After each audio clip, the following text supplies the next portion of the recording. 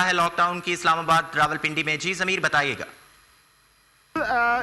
دفعہ 144 نافذ ہے۔ راولپنڈی اسلام آباد دونوں شہروں میں جڑواں شہر ہے اور جڑواں شہروں میں دفعہ 144 نافذ ہونے کی وجہ سے لاک ڈاؤن کا سلسلہ بھی جاری ہے اور اسلام آباد راولپنڈی کے شہری جو ہیں وہ سفر کرتے ہوئے مکمل طور پر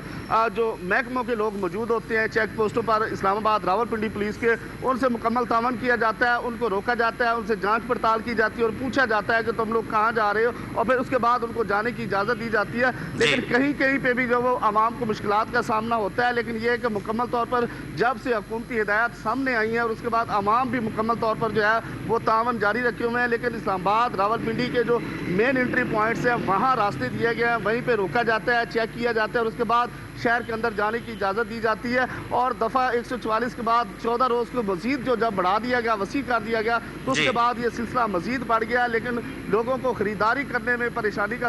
جو ہے سامنا رہتا ہے، کیونکہ رات کے وقت اگر ان کو کہیں ضرورت پڑ جائے کچھ لینے کے لیے تو اس کے لیے ان کو مشکلات کا سامنا ہوتا ہے، لیکن دن کے ٹائم پہ جو ہے وہ آسانی سے جو ہے وہ خرید و فروخت بھی کر سکتے ہیں اور ضروریات زندگی۔